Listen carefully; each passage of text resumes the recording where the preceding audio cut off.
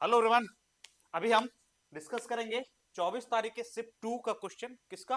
Group D 2022 में जो exam हुआ था उसका। तो बारी बारी ये आपका सेट नंबर 7वां होगा। इसी तरह 99 सेट को डिस्कस हम करेंगे इसी तरह से, ठीक है। थोड़ा अभी रिक्वेस्ट है, क्योंकि ये प्लेटफॉर्म का जो रेलवे का नया चैनल है थोड़ा नया है, इसीलिए आपसे रिक्वेस्ट है कि इसको थोड़ा शेयर कर दें, ठीक है, जिससे थोड़ा रीच बढ़ जाए। सही है, तो हमको ही मजा आएगा और आपको भी, ठीक है। इसीलिए थोड़ा शेयर करें। और लाइव मैं आता हूँ पर डे 8 बजे। वो रेलवे के मिक्स क्वेश्चन लेके उसको प्रॉपर करिए, बहुत बेनिफिट करने वाला है। और ये मेथड मैं ऐसा नहीं बताता जो सब बताता है XYZ करके, ठीक है। एक यूनिक मेथड होती है जो आपको देखते ही कैसे सवाल करेंगे, चाहे वो ऑप्शन से हो या मतलब कोई तरीका ऐसा हो जो लंबा खींचे ना, ठीक है। मैक्सिमम 2 लाइन जाती है क्वेश्चन का। तो session proper attend per day करें आप। सही है। और ये तो ग्रुप डी वाला मैं वीडियो डलवा रहा हूँ, अच्छा होगा तो इसको भी मैं लाइव ही कर दूंगा। सही है। ये 7वां सेट है और इसमें भी बढ़िया बढ़िया क्वेश्चन है, इसको प्रॉपर अटेंड करें। और रेलवे वाले के लिए इस पर बहुत सारे बैच शेड्यूल होगा, तो इस चैनल को सब्सक्राइब थोड़ा शेयर भी कर दे अपना दोस्तों में, ठीक है। आइए पहला क्वेश्चन पे चलते हैं। क्वेश्चन नंबर कौन है भाई? 3 से शुरू है। एक कहाँ गए? एक क्वेश्चन क्या किया भाई साहब? एक है ही नहीं। ये क्या हुआ? 2 क्वेश्चन कहाँ क्या कर दिए भाई लोगों को? खत्म नहीं हुई टाइप। चलिए आइए तीसरे से शुरू करते हैं। 2 क्वेश्चन छूट गए, पता नहीं क्यों। 12 24 से 45 चतुर्थ अनुपात क्या होगी? 12 24 और 45 का चतुर्थ अनुपात क्या होगी? ठीक है। चौथा तो क्या होगा? सिंपल कहानी। यदि ये क्या है, 12 है और क्या है, 24 है और 45 और फोर्थ वाला को एक्स मान लीजिए, चतुर्थ बोला जा रहा है ना, तो क्या होगा? सिंपल 12/24 इक्वल टू 45 बट्टा क्या, एक्स। हाँ या ना? 12 दूना 24, ये क्रॉस हो जाएगा तो एक्स बराबर कितना हो जाएगा? 90। तो आंसर विल बी ए। आसान सवाल था। स्टार्टिंग के 2 सवाल कहाँ गए भाई? ऐसे मत किया करिए आप लोग हैं। क्वेश्चन प्रॉपर होना चाहिए ना। क्या वो डेटा डेटा सेट था क्या उसमें? कुछ लग रहा है कुछ या तो ग्राफ होगा या टेबल बनाना होगा, क्वेश्चन इसलिए मिस हुआ है, पक्का बात है। 4 नंबर क्वेश्चन बोल रहा है 12 वर्ष में किसी राशि पर प्राप्त साधारण ब्याज मूलधन के 3/5 के बराबर है, तो वार्षिक ब्याज क्या ज्ञात करें। ठीक है। हमको दिख गया 5%, भाई आप देख लो अपना। ठीक है। दिख गया 5%, कैसे दिखाता हूं मैं।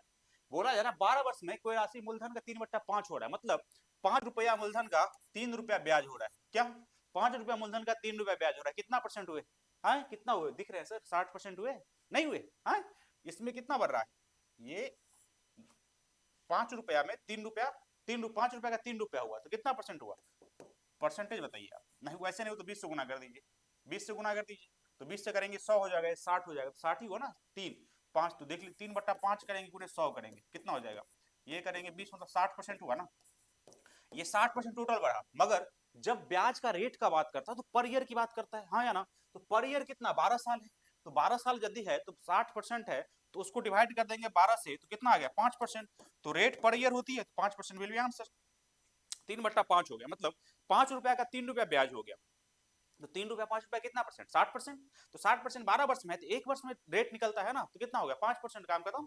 ठीक है, बात समझ में आई कि नहीं? तो यहाँ पे हम तुरंत ऐसे कर देंगे, पेन नहीं उठाएंगे इसमें, पेन नहीं उठाना इस सवाल सब में। बात सही है। चलिए अगला क्वेश्चन पे। अगला क्वेश्चन क्या बोल रहा है देखिए। अगला क्वेश्चन है यदि आंकड़े 11 17 x+1 3x 19 2x-4 और x+5 का माध्य 21 है तो इस आंकड़े का बहुलक ज्ञात करिए। वाह वाह वाह। बहुलक ज्ञात करिए मतलब कि x का वैल्यू निकालिए पहले, और किसके हेल्प से निकालिए? जो दे रखा है माध्य उसके हेल्प से निकाले तो निकालते हैं। तो इसमें कितना नंबर जोड़ दे पहले बैठ।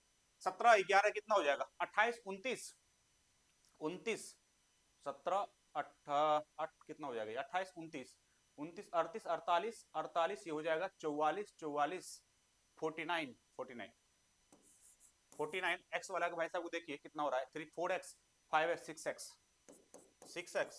इधर जाएगा कितना हो जाएगा? कितने संख्या है? 1 2 3 4 5 6 7 7 21 गुने 7, क्योंकि मात्र 7 है तो यहाँ पे नीचे 7 होगा तो 21 गुने 7 हो गया। अब यहाँ पे 7 से कट कर दीजिए, ये 6x होगा कि 7x होगा? यहाँ पे 7 होना चाहिए। 1 7 7 होगा ना ये पे, 6x में 7x होगा प्लस 7x। अब यहाँ पे x का वैल्यू चाहिए तो ये 7 से डिवाइड करेंगे तो ये 7 हो जाएगा। ये भाई साहब x हो जाएगा, ये कितना हो जाएगा? 21। इधर जाएगा तो x हो जाएगा 14। सही है, x हो गया 14। चाहिए कि आपको आंकड़े बोहलक का ज्ञात कर, बोहलक चाहिए। तो यहाँ पे ये 11 हो जाएगा, ये 17 हो जाएगा, ये 15 हो जाएगा, ये 14 42 हो जाएगा, ये 19 हो जाएगा, ये 14 दूना 28, ये कितना हो जाएगा 18 हो जाएगा, ये 19 हो जाएगा। क्या हो जाएगा बोहलक में? रिपीट कौन कर रहा है? इकलौता 19 कर रहा है, रिपोर्ट 19 हो जाएगा बोहलक आपका। कौन सा? D will be answer. 5 का क्या हो जाएगा? डी। ठीक है, बोहलक मतलब क्या होता है? जो सबसे बार ज्यादा बार आए। ठीक है, सबसे ज्यादा बार क्या? सब तो एक ही बार आ रहा है, तो 19 ही इकलौता एक ऐसा है जो 2 बार आ रहा है, तो वही बोहलक हो जाएगी। यहीं पे यदि यहाँ पे 15 भी 2 बार आता तो बोहलक क्या हो जाता? 15 और 19 दोनों। तो यहाँ भी ये भी बोल सकता था जो बोहलक आएगा उसका माध्य निकालिए। तो यदि यहाँ पे 15 और 19 2 बार आता तो 15 19 का माध्य निकाल देते। ठीक है, तो बोहलक 2 हो सकता है, ये नहीं बात है जो एक ही होगी। आइए 6 नंबर क्वेश्चन करें। आइए 6 नंबर करते हैं। 2 के पावर 3 गुणे 3 के पावर 2 गुणे 5 और 2 के पावर 2 5 के पावर 2 और 7 और 5 3 के पावर 3 5 स्क्वायर प्लस 7 स्क्वायर का लघुत्तम समावर्तक क्या होगा? लघुत्तम क्या होता है? पावर जितना रहेगा जो मैक्सिमम जिसमें है वो लघुत्तम में आएगा। क्या? जो पावर मैक्सिमम जिसमें है वो लघुत्तम में आएगा। अब बताइए 2 के पावर कौन मैक्सिमम है? यहाँ के 2 के पावर 3 है, यहाँ पे 2 के पावर 2 है और यहाँ पे कुछ नहीं है, 2 के पावर 3 मैक्सिमम है। उसके बाद देखिए 3 वाला कहाँ पे है सबसे ज्यादा? यहाँ पे 3 स्क्वायर है, यहाँ पे और कहाँ पे 3 का क्यू है, 3 का क्यू आ जाएगा। अब बताइए 5 वाले भाई साहब सबसे ज्यादा कहाँ है? 5 स्क्वायर से सबसे ज्यादा है, 5 स्क्वायर कर दीजिए। और क्या उसके बाद बचा क्या? 7 है, 7 सबसे ज्यादा कहाँ है? 7 स्क्वायर है, 7 का स्क्वायर, तो 7 का स्क्वायर कर दीजिए। अब यहाँ पे कौन होगा? 2 के पावर 3 3 स्क्वायर 5, ये विल बी आंसर। काम करता हूँ। ठीक है, महत्तम एचसीएफ में क्या होता है? एचसीएफ में जो कॉमन रहता है सब में वो आएगा। एलसीएम में क्या होता है? जो सबसे ज्यादा बार रहेगा पावर जहां पे वो आएगा। ठीक है, तो यहाँ पे एलसीएम बोल रहा था तो मैंने सारे जितने मैक्सिमम पावर वाले थे जहां जहां उठा लिया मैंने। ठीक है, वही गुना कर दिया, एलसीएम काम खत्म, डन। एलसीएम मतलब लिस्ट कॉमन मल्टीपल और एचसीएफ मतलब हाईएस्ट कॉमन फैक्टर। ठीक है, चलिए अब आइए यहाँ पे क्या बोल रहे भाई साहब? यहाँ पे बोला जा रहा है क्या? ए बट्टा बी 4/3 है तो 3a + 2b 24 दे रखा है, तो ए का मान चाहिए। भाई साहब क्या ही बात कर रहे हैं आप? यहाँ पे 3a दे रखा है तो ए यहाँ पे 4 के मान लीजिए, यहाँ पे 3 के, तो 4 के तो 4 दिया 12 के, 12 के प्लस कितना b मतलब 3 के, तो 6 के बराबर क्या? 24। 18 के बराबर 24, तो के बराबर कितना? 24/18। तो 24/18 मतलब कितना हो जाएगा? ये हो जाएगा 6 चौका 24 4 तिया 12 हो गई। चाहिए क्या आपको? ए का वैल्यू चाहिए, तो ए क्या था? 4 के, तो 4 से गुना करेंगे तो 16/3। 16/3 कौन सी? D will be answer. काम खत्म। 7 का क्या हो जाएगा? डी हो जाएगा आंसर। आसान सी सवाल थी, हाँ या ना? चले अगला क्वेश्चन पे आइए। अब बताइए सर, आसान सवाल, इससे सवाल आसान हो सकता? नहीं हो सकता सर। और द्विघात समीकरण से इतना प्यार है ना रेलवे को, मत पूछा जाए। 5x² - 11x + 6 = 0। मूलों का योग क्या होगा? मूलों का योग आपको पता ही होगा, alpha plus beta minus B बटा ए होता है, तो माइनस बी करेंगे तो -11 बटा ए 5 हो जाएगा। 11/5 कौन सा? D will be answer. 18 क्या हो जाएगा? डी। 18 का डी हो जाएगा। आ जाइए अब यहाँ पे क्या है? क्या है क्या है क्या है सर? क्या बोला जा रहा है सर? बोला जा रहा है यदि 1 + √3 और 1 - √3 एक द्विघात समीकरण के मूल है तो इनके द्विघात समीकरण ज्ञात करें। यदि दो मूल पता हो तो द्विघात समीकरण क्या होता है वो लिख लीजिए। x² minus alpha plus beta into x plus alpha beta होता है और बराबर 0। मतलब क्या? x² मूलों का योग प्लस मूलों का गुणनफल होता है। तो यहाँ पे मूलों का योग करने जाएंगे तो ये भाई साहब दोनों कटेंगे, तो कितना हो जाएगा? 2x² माइनस क्या 2x। अब ये दोनों को जब गुना करेंगे तो -2 हो जाएगा, हाँ या ना? 1 + √3 को गुना करेंगे 1 - √3 से a² - b² होगा, तो 1 - √3 का स्क्वायर 3 -2 हो जाएगा। तो यहाँ पे क्या करेंगे? -2 करेंगे तो 0 हो जाएगा। तो x² - 2x -2 होगा। कौन सी वाली भाई? कौन सी वाली sir? C will be answer. काम खत्म। सही है, तो ये बात दिमाग में रखेंगे आप। यदि दो मूल पता हो तो क्वाड्रेटिक इक्वेशन या द्विघात समीकरण लिखने के लिए यदि बोले तो क्या होता है? x² minus alpha plus beta into x plus alpha beta बराबर 0। मतलब यहाँ पे माइनस होता है, इस बात को दिमाग में रखेंगे, प्लस मत करिएगा कभी। जो गलती हमसे हुआ है पास्ट में कभी भी जिंदगी में, ठीक है, या आज हुआ है या 10वां क्लास में हुई हो, वो गलती मैं आपको नहीं करने दूंगा क्योंकि हमको सारी गलती अपनी याद है। ठीक, चले आगे। आ जाइए, सरल कीजिए। तो सरल कीजिए भाई इसको। क्या है ये? 1 + sin थीटा है, sin थीटा बट्टा क्या 1 - sin थीटा, 1 - sin थीटा है सर। इस पेन को चेंज करूं थोड़ा, ब्रश, हाँ अब सही है। अब आइए, अब यहाँ पे क्या करना है आपको, आप यहाँ पे इसको कुछ वैल्यू मत पुट करिए, कंजुगेट से गुना करेंगे तो ये करेंगे जब यहाँ पे, तो 1 प्लस क्या हो जाएगा साइन थीटा, और नीचे क्या हो जाएगा 1 प्लस साइन थीटा। तो यहाँ पे प्रभु ऊपर 1 plus sine theta into 1 plus sine theta मतलब 1 प्लस साइन थीटा का स्क्वायर, और नीचे 1 माइनस साइन स्क्वायर थीटा मतलब कॉस स्क्वायर थीटा। ठीक है, तो 1 प्लस साइन थीटा का स्क्वायर और बट्टा में क्या कॉस स्क्वायर थीटा, तो नीचे आ जाएगा 1 प्लस साइन थीटा और बट्टा क्या हो जाएगा कॉस थीटा, मतलब ये सेपरेट करेंगे तो सेक थीटा प्लस क्या हो जाएगा टेन थीटा, तो sec theta plus ten theta B will be answer. 10 का क्या हो जाएगा बी, 10 का बी। आ जाइए 11 नंबर पाए, आ जाए। क्या बोला जा रहा है 11 नंबर, 11 नंबर बोला जा रहा है उस समखष्टभुज का क्षेत्रफल ज्ञात करें जिसका भुजा का माप क्या है 6 सेंटीमीटर। समखष्टभुज का क्षेत्रफल क्या होता है, कुछ नहीं सर, 6 समबाहु त्रिभुज से मिलकर जो बनेगा उसको समखष्टभुज बोलेंगे। तो समखष्टभुज की बात करेगा तो ये हो जाएगा, ऐसा बनता है, मैं समझाने के लिए बता रहा हूँ। तो यहाँ पे समखष्टभुज की बात करेंगे तो सारे के सारे क्या होता है समबाहु त्रिभुज होता है, तो 6 समबाहु त्रिभुज से मिलकर समखष्टभुज बनता है। तो समबाहु त्रिभुज क्षेत्रफल क्या √3/4a², और 6 है तो गुणे 6, कुछ करना ही नहीं है। ठीक है, ऐसा मत कर दीजिएगा पंचभुज में, ठीक है, क्योंकि वहां पे सारा कुछ बराबर नहीं होता। ठीक, ये बात को दिमाग में रखना है। चलिए आइए, उसका फॉर्मूला अलग होता मैं लिखाऊंगा, √3/a कितना है, ये कितना भाई साहब 36, 36 गुने क्या 6, यहाँ के कितना हो जाएगा 144 9, तो 54 54 54 √3, 54 √3 डी विल बी आंसर। चलिए अगला क्वेश्चन,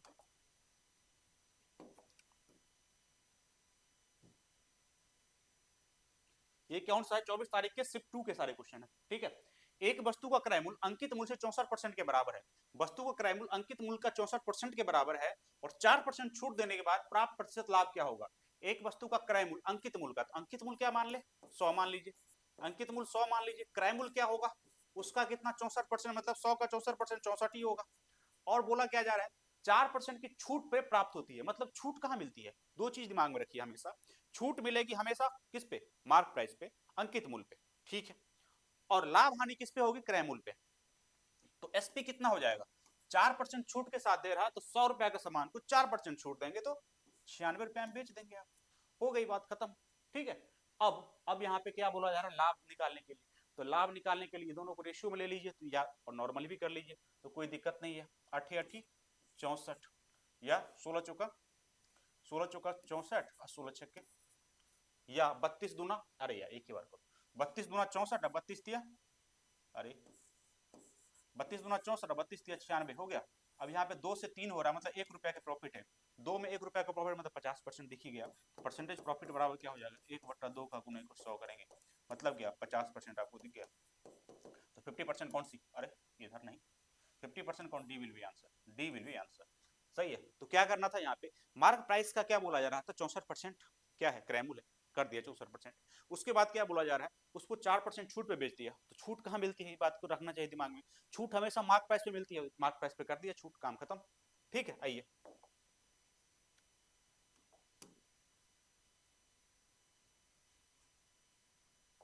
ये क्या बोल रहा है, यदि x बराबर 3 है तो x plus 7x plus x plus 5 और x प्लस 6 का चतुर्थ अनुपात ज्ञात करिए। कर दीजिए, x बराबर 3 वाले पुट कर लिए 8x हो गया ना नॉर्मली, ये x प्लस 7 सीखने का मतलब क्या 8x लिखो भाई साहब 24, और यहाँ पे क्या 5 3 8 हो जाएगा, यहाँ पे क्या 9 हो जाएगा, चौथा निकालना x मान लीजिए, मतलब क्या 24 बट्टा क्या 8 बराबर क्या 9 बट्टा x, 8 3 24, ये 3, तो x बराबर कितना हो जाएगा 3, 3 हो जाएगा, डी विल बी आंसर। ठीक है, आइए यहाँ पे वह समांतर चतुर्भुज जिसकी सभी भुजाएं समान हो और विकर्ण और समान हो क्या कहलाता, क्या है समांतर चतुर्भुज, समांतर सारे भुजा बराबर विकर्ण मतलब क्या सम चतुर्भुज होता है, सब सारे भुजा क्या होता है ए होता है ए सम चतुर्भुज, और ये विकर्ण बराबर नहीं होता है D1 और D2 क्या होता है हमेशा नॉट इक्वल टू होता है, तो ये सम चतुर्भुज होता है, मतलब रोम्बस की बात कर रहे हैं, बी विल बी आंसर। ठीक है, समांतर चतुर्भुज तो आइए आमने सामने भुजा समांतर और बराबर तो आइए, चलिए आइए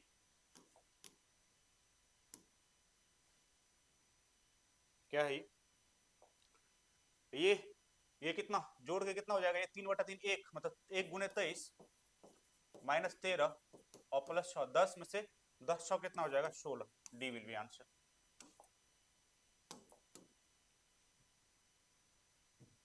क्या है भाई साहब, बोला क्या जा रहा है, श्रीमान सक्सेना 150 रुपए प्रति दर्जन की दर से कुछ पेन खरीदते हैं, वह उसे 15 रुपए प्रति दर की दर से बेचते हैं, उसके प्रतिशत लाभ क्या होगा। खरीदते हैं कितना, 150 प्रति दर्जन की दर से, कुछ पेन खरीदते हैं और उन्हें 15 रुपए प्रत्येक की दर से बेचते, सॉरी अच्छा अच्छा 12 खेल रहे हैं 150 में, तो बेच रहे प्रति 15, 15 बेच रहे हैं तो 12 का दाम कितना होगा, 15 गुने 12, यही ना। सीपी इतना में एक दर्जन खरीदे, बेचे कितना में, 15 प्रत्येक में, तो 12 का दाम निकालिएगा ना, क्योंकि यहाँ पे 12 है, या तो इसको एक कर लीजिए या तो ऑलरेडी एक है, इसी को कर लेते हैं। अब इसको कट जाएगा तो ये 10 हो जाएगा, अब 10 रुपया खरीदे 12 रुपया में बेचे, मतलब कितना, 2 रुपया का बेचे, मतलब 20% की प्रॉफिट हो रही है, ये विल बी आंसर, दिख रहा है ना।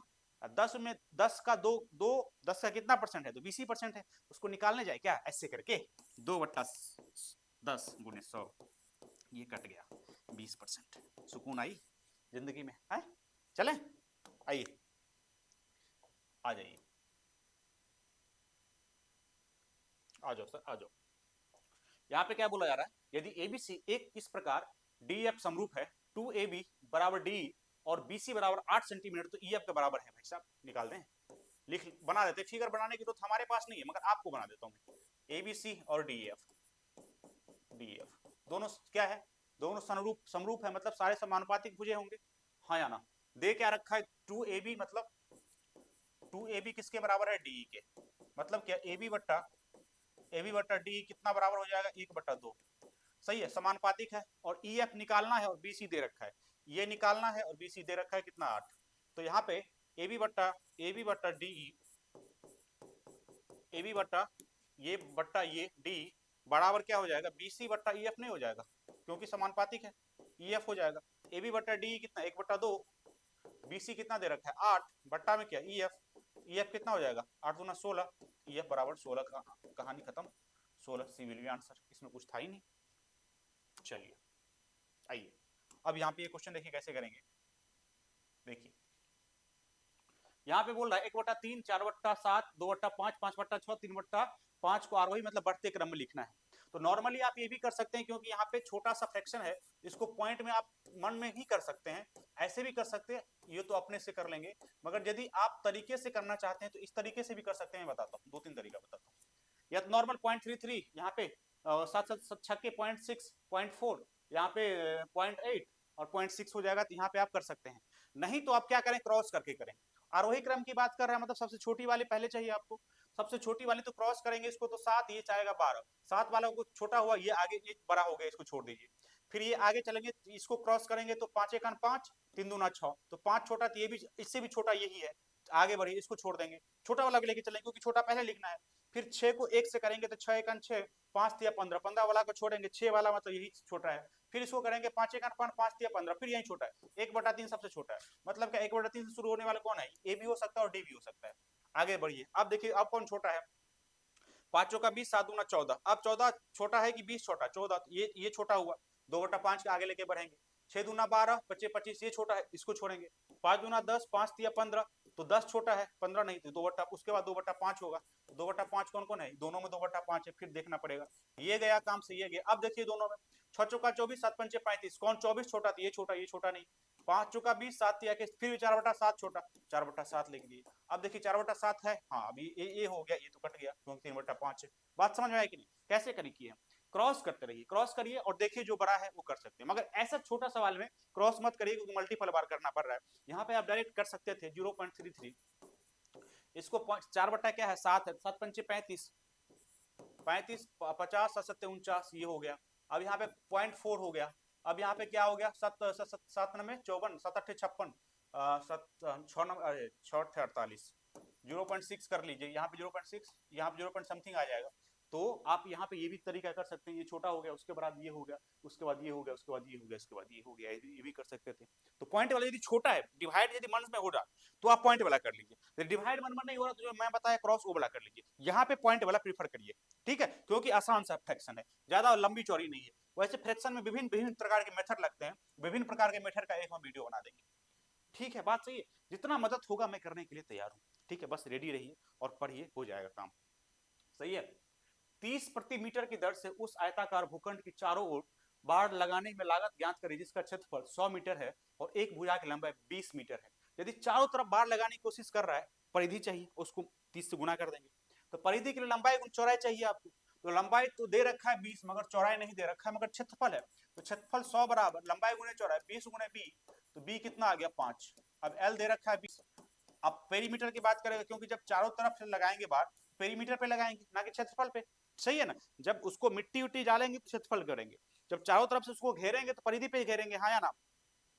तो यहाँ परिधि 2l plus B, L 20 plus 5 25 हो जाएगा, मतलब क्या 50 हो जाएगा।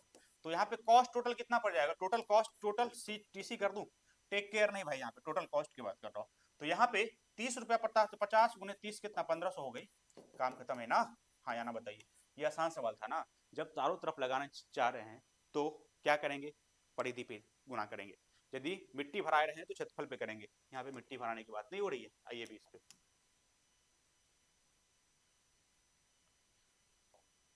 तीन अलग अलग क्रॉसिंग पर लगी ट्रैफिक लाइट प्रत्येक 30 सेकंड, 45 सेकंड, 60 सेकंड के बाद लाल हो जाती है। यदि सभी लाइट 8:30 बजे एक साथ लाल लागत होती है तो वो कितने बजे पुनः एक साथ लाल होगी, पुनः एक साथ लाल करना है आपको। ठीक है, तो क्या करेंगे, कब होगा, रिपीट कब करेगा, जब एलसीएम उसका जितना आएगा। तो एलसीएम किसका, 30 का, 45 का और 60 का कितना होगा, 120 होगा ना, 160 180 होगा। 180 सेकंड के बाद फिर रिपीट करेगा। 180 सेकंड मतलब क्या, 60 से गुना करेंगे मतलब क्या 3 मिनट। तो 3 मिनट के बाद रिपीट करेगा। 8:30 में क्या था, 8:33 करेगा, ये विल बी आंसर। आइए, ये क्या बोल रहा है, 320 मीटर और 380 मीटर लंबे दो एक्सप्रेस गाड़ी एक ही समय पे अहमदाबाद से दिल्ली को रवाना हुई। इसकी चाल क्रमशः 84 किलोमीटर प्रति घंटा और 42 किलोमीटर प्रति घंटा है। तेज चाल चलने वाली रेलगाड़ी धीमी चाल चलने वाली रेलगाड़ी कितने में पार करेगी। जब कभी भी तेज और एक डायरेक्शन में चल रही हो ट्रेन, एक डायरेक्शन में ट्रेन चल रही हो और बोल रहे कब पार करेगी, तो दोनों का लेंथ का पार करती है। ठीक है, तो दोनों का लेंथ कितना हो जाएगा, 320 प्लस क्या 380। इसको पार कौन करेगी, v गुने टी। तो v कितना हो जाएगा, जब सेम डायरेक्शन में तो स्पीड घटेगी, घटेगी मतलब 84 में से 42 घटेगी तो 42 सेकेंड, 42 किलोमीटर पर घंटा। और उसके बाद क्या चाहिए, उसके बाद चाहिए टाइम, तो टाइम तो निकालना ही है, तो टाइम, मगर ये किलोमीटर पर घंटा है और ये मीटर है, तो मीटर पर सेकंड मतलब 5/18 से गुना करेंगे, हाँ या ना। तो ये कितना हो जाएगा 700, ये क्या 42 टी 5/18। तो यहाँ पे क्या बताओ, 42 7 1 7, 7 छक्के 42, 30। अब यहाँ पे कटेगा, 36 18 ये कट गया, ये 5 20 कट गया, मतलब 60 टी बराबर कितना 60 सेकंड आ गया, मतलब 60 सेकंड में क्रॉस कर जाएगी सी वाली आंसर। यहाँ क्या करना था, दोनों का लेंथ बराबर टाइम गुने स्पीड, रिलेटिव स्पीड। ठीक है, 22 पे आइए।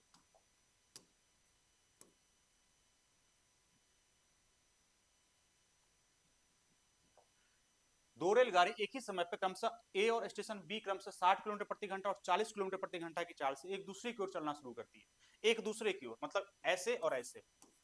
ठीक है, जिस समय वो एक दूसरे से मिलती है उस समय तेज चलने वाली धीमी चलने वाली से 60 किलोमीटर अधिक दूरी तय करती है। तो दोनों स्टेशन के बीच की दूरी क्या होगी, जब कभी भी ऐसे मिलेगी, ठीक है, और ऐसे मिलेगी कभी, तो टाइम क्या होगा, सेम चलेगी।